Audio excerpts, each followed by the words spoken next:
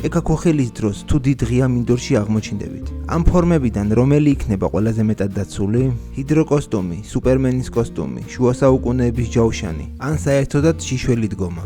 თუ შუა საუკუნეების ჯავშანს აირჩევდი, შეიძლება ცოტათი გადარეულით ჩანდე. მაგრამ ამავე დროს მართალიც იქნები. გადარეული რა თქმა უნდა, იმიტომ რომ ელვა უფრო მეტად ურტყამს ლითონს, ვიდრე რეზინს, ქსოვილს ან შიშველ კანს. მიზეზი კი ის არის, რომ ელვა უბრალოდ სწრაფად მოძრავი ელექტრონების გრძელი ნაკადებია, რომლებიც უმარტივეს გზას ეძებენ A წერტილიდან B წერტილამდე და არც ერთი ყოველდღიური მასალა არ უზრუნველყოფს უფრო მარტივ გზას ვიდრე ლითონი. მაშ რატომ დაგიცავთ მასალა, რომელიც ელვისებურ დარტყმებს იზიდავს ჭექა ქოხელის დროს? ირონიულად იმავე მიზეზის გამო, რის გამოც ელვას მიიზიდავს. ლითონი ელექტროენერგიის შესანიშნავი გამტარია. ელექტრონები ძალიან ადვილად სრიალებენ ლითონებზე ისე, რომ ისინი ძლივს აღწევენ ზედაპირზე. და თუ ელექტრული დენი მოძრაობს ღრუ ლითონის კონტეინერზე, როგორიცაა ქილა, ყუთი ან თუნდაც შედუღებული ჯავშნის ქურთუკი, დენი კონტეინერის შიგნით ვერ მიაღწევს. ფიზიკოსები ამ ტიპის კონტეინერს ფარადეის გალიას უწოდებენ. ან მაღალი ძაბვის მაუთულებზე მომუშავე ელექტროგადამცემი ხაზების მუშაკების მიერ ნახმარი ფოლადის ქსოვილის სამოსის შემთხვევაში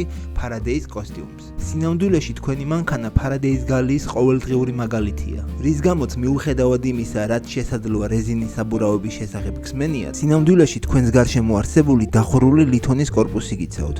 ის ელვას თქვენს გარშემო მიმართავს და არა თქვენში. რა თქმა უნდა, თუ მანქანისგან შორს ხართ და ქარიშხლის დროს ღია მინდორში მოხვდებით, მცირე შანსია, რომ ხელთ გქონდეთ შუა საუკუნეების ჯავშნის ქურთუკი ან მაღალი ძაბვის ხაზის კოსტიუმი. ამ შემთხვევაში შიშველი ხართ თუ კოსტიუმში, თქვენი სხეული სამწუხაროდ ჰაერზე და ნიადაგზე უკეთესი ელექტროგამტარია. ამიტომ ის შესანიშნავ შემოვლით გზას უზრუნველყოფს მოძრავი დენისთვის. დადგებით ვერტიკალურად და თქვენ ხართ ჩამომავალი ელვისებური დარტყმის უსწრაფესი მარშრუტი. დაწვევით და თქვენ ხართ საუკეთესო გზა ახლომდებარე დარტყმიდან მიწაზე მოძრავი დენისთვის. ამიტომ საუკეთესო გზაა, რომ ჩაიკუზოთ და ფეხები ერთმანეთთან ახლოს გქონდეთ. ანალოგიურად მნიშვნელოვანია, როდესაც თქვენი ფეხები ერთმანეთის გვერდით არის. ამ დროს თქვენი ფეხები ადამ ბემდე მისასვლელად დიდ შემოვლით გზას არ ქმნის. მაშინაც კი თუ ისინი ელვის საუკეთესო გზაა, როდესაც თქვენი ფეხები ერთადერთი რამ არის, რაც მიწას ეხება, მაშინ დენი სავარაუდოდ ერთი ფეხიდან მეორეში გადავა.